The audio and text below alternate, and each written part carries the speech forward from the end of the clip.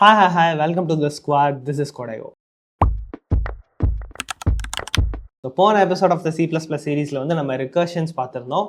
So அதோட இந்த C++ஓட இன்னும் normal stuff C++ for beginners அப்படின்னு யோசிச்சிங்கன்னா அதோட முடிஞ்சுது. பட் C++ ஆக்சுவலாக உருவாக்கப்பட்டதே வந்து ஆப்ஜெக்ட் ஓரியன்டட் ப்ரோக்ராமிங் அப்படிங்கிற ஒரு கான்செப்ட்காக தான். ஸோ அதுதான் வந்து இந்த வீடியோவிலேருந்து ஸ்டார்ட் பண்ண போகிறோம். ஸோ இதுக்கப்புறம் ரிமைனிங் இருக்கிற எபிசோட்ஸில் ஆப்ஜெக்ட் ஓரியன்டட் ப்ரோக்ராமிங் பற்றி படிப்போம். அதுக்கப்புறம் ஸ்டாண்டர்ட் டெம்ப்ளேட் லைப்ரரி பற்றி படிப்போம்.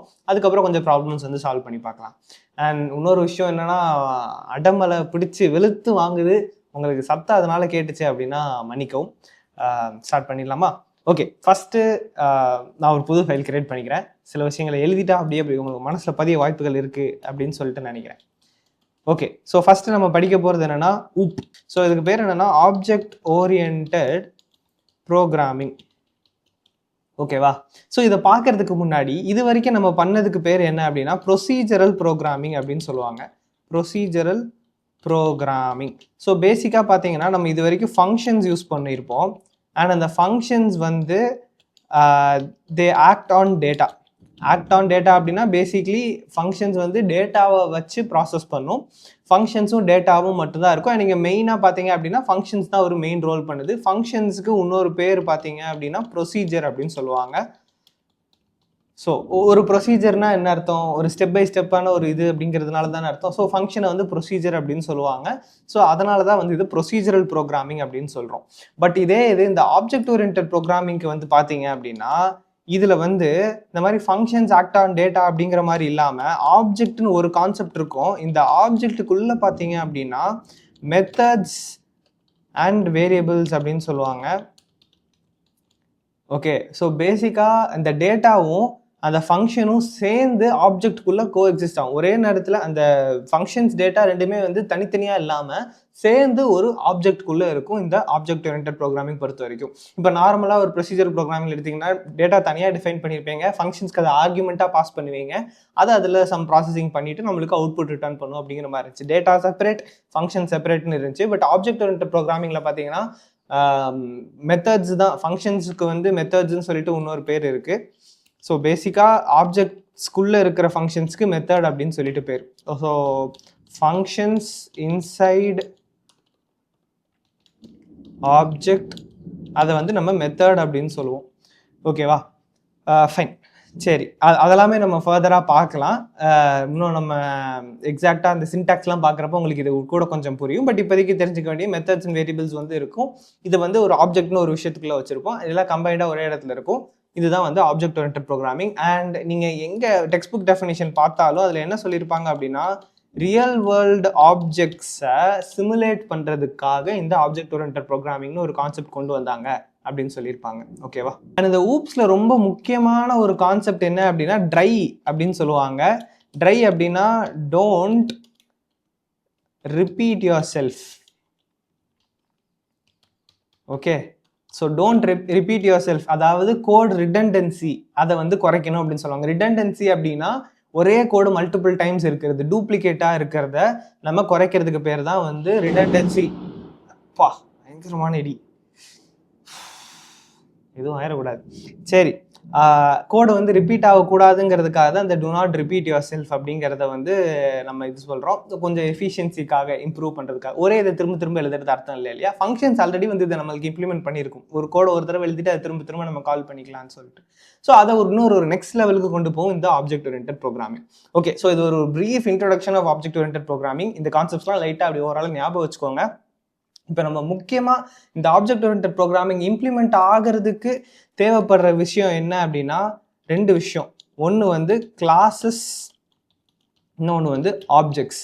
ஸோ இந்த கிளாஸஸ்னா என்ன, ஆப்ஜெக்ட்ஸ்னா என்ன அப்படின்னு சொல்லிட்டு பார்க்கலாம். கிளாஸஸ் வந்து ஜென்ரலாக ப்ளூ பிரிண்ட் ஆர் டெம்ப்ளேட் அப்படின்னு சொல்லுவாங்க. நீங்கள் வந்து நம்ம ஸ்கூலில் காலேஜஸ்லாம் யாராவது டீச்சர்ஸ் நடத்துகிறாங்க அப்படின்னா அந்த ப்ளூ பிரிண்ட் அப்படிங்கிற வேர்டை வந்து ரொம்ப காமனாக கேள்விப்படுவீங்க. ஏன்னா அதுக்கு அவங்க டீச்சர் சொல்லி கொடுத்துருப்பாங்க, அவங்களுக்கு அவங்க டீச்சர் சொல்லி கொடுத்துருப்பாங்க அப்படின்னு சொல்லிட்டு கல்ச்சரலாக வர்ற ஒரு விஷயம்.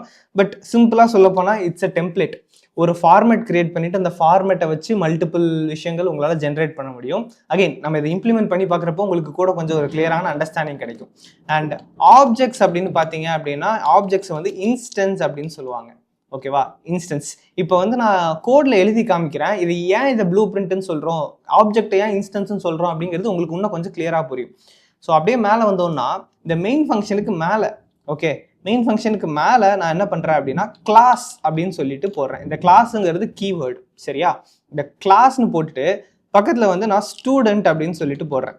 ஸோ ஸ்டூடெண்ட் அப்படின்னு சொல்லிட்டு ஒரு கிளாஸ் நான் கிரியேட் பண்ண ட்ரை பண்ணுறேன். ஸ்பேஸ் கர்லி பிரேஸ் அண்ட் இதுக்குள்ள நான் வந்து என்ன வைக்கலாம் அப்படின்னா, முதல்ல இங்கே பார்த்தீங்கன்னா ஆப்ஜெக்ட்ஸ்குள்ளே வந்து நம்ம ஆல்ரெடி சொல்லியிருப்போம் மெத்தட்ஸ் அண்ட் வேரியபிள்ஸ் அப்படின்னு சொல்லியிருப்போம்.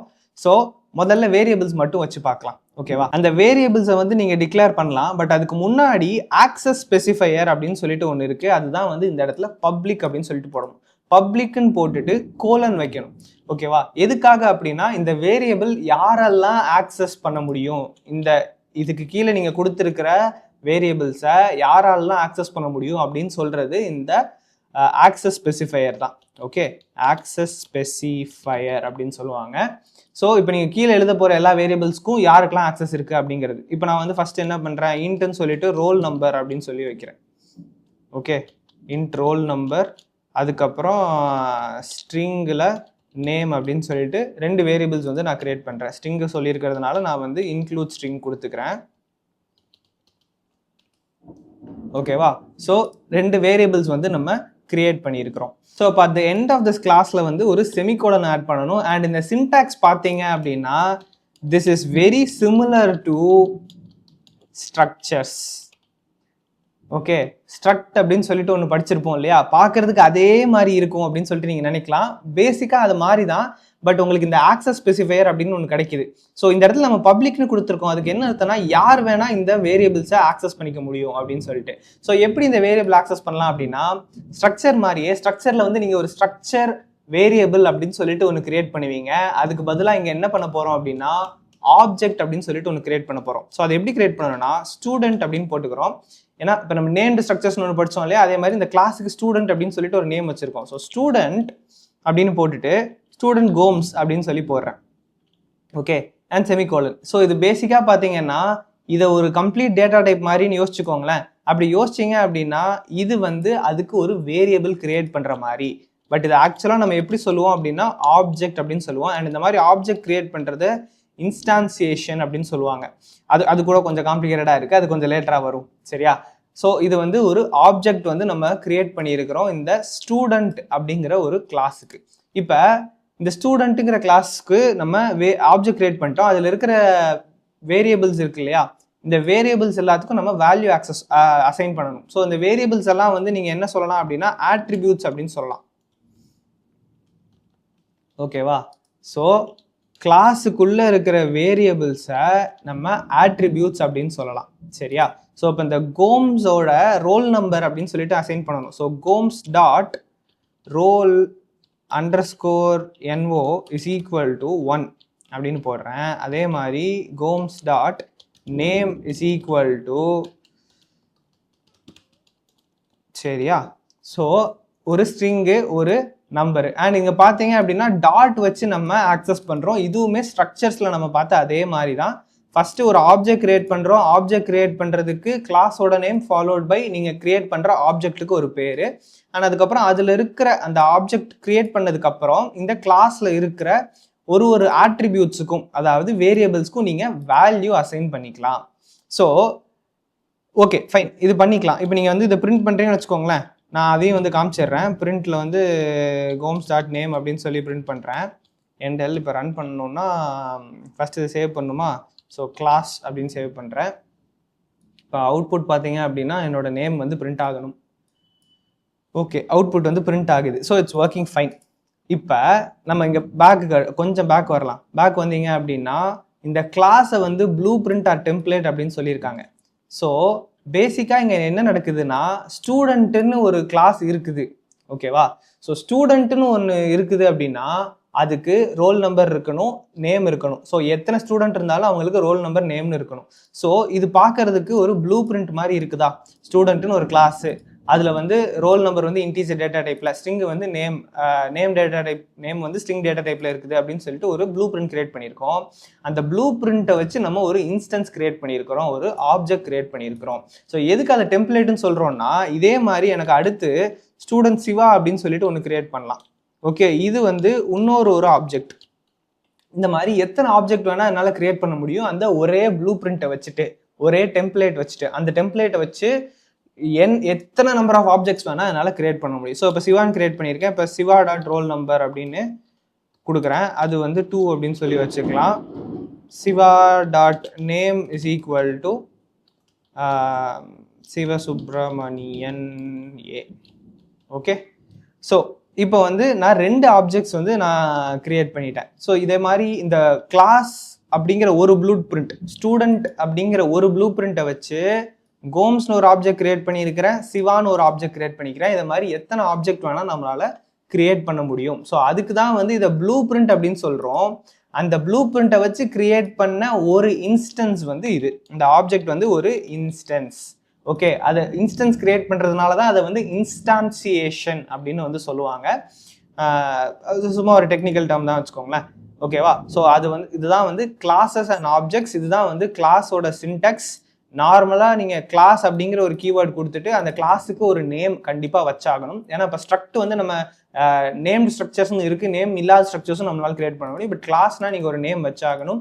வச்சுட்டு இந்த இடத்துல ஆக்சஸ் ஸ்பெசிஃபையர் கண்டிப்பாக பண்ணணும். இது பப்ளிக் இல்லாமல் இன்னும் 2 ஆக்சஸ் ஸ்பெசிஃபையர் இருக்குது. அது நான் ஃபர்தர் எபிசோட்ஸில் சொல்லித்தரேன். இப்போவே எல்லாத்தையும் சொன்னால் கன்ஃபியூஸ் ஆகிடும். ஸோ இது வந்து ஆக்சஸ் ஸ்பெசிஃபையர். பப்ளிக் அப்படின்னு கொடுத்தோன்னா எங்கேருந்து யார் வேணால் இதை ஆக்சஸ் பண்ணிக்கலாம் அப்படின்னு சொல்லிட்டு அர்த்தம் இந்த வேரியபிள்ஸை. அண்ட் ஃபைனலாக செமிகோலன் வச்சு முடிக்கிறோம். அண்ட் அதுக்கு ஆப்ஜெக்ட் கிரியேட் பண்ணுறோம். ஆப்ஜெக்ட் கிரியேட் பண்ணுறது வந்து சும்மா ஒரு வேரியபிள் டிக்ளரேஷன் மாதிரி தான் வச்சுக்கோங்களேன். Very simple. So class name, object name அப்படின்னு போட்டுட்டு இந்த மாதிரி நீங்கள் கிரியேட் பண்ணிக்கலாம். ஸோ நான் அதை வச்சுட்டு 2 ஆப்ஜெக்ட் கிரியேட் பண்ணியிருக்கிறேன். இது ரெண்டுமே வந்து instance of that class, objects of that class. So அதில் வந்து நம்ம இந்த மாதிரி நேம் வந்து ஒரு வேல்யூ ஸ்டோர் பண்ணிவிட்டு அதை வந்து பிரிண்ட் பண்ணி பார்த்துருக்கோம். பட் இங்கே பார்த்தீங்க அப்படின்னா இதில் வந்து மெத்தட்ஸும் இருக்கும் அண்ட் ஆட்ரிபியூட்ஸும் இருக்கும்னு பார்த்துருக்கோம். அதாவது ஃபங்க்ஷன்ஸ் அண்ட் வேரியபிள்ஸ் ரெண்டுமே. இப்போ 2 ஆட்ரிபியூட் பார்த்துருக்கோம்.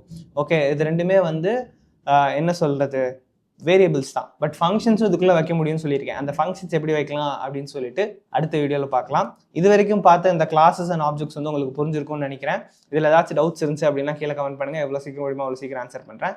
அடுத்த வீடியோவில் இதோட கண்டினியூஷனாக இதுக்குள்ளே ஃபங்க்ஷன்ஸ் எப்படி வைக்கலாம் அண்ட் மோர் ஆக்சஸ் ஸ்பெசிஃபையர்ஸ் பற்றி அண்ட் அடுத்தடுத்த ஆப்ஜெக்ட் ஓரியன்டட் ப்ரோக்ராமிங் கான்செப்ட்ஸ் எல்லாமே பார்க்கலாம். தடா.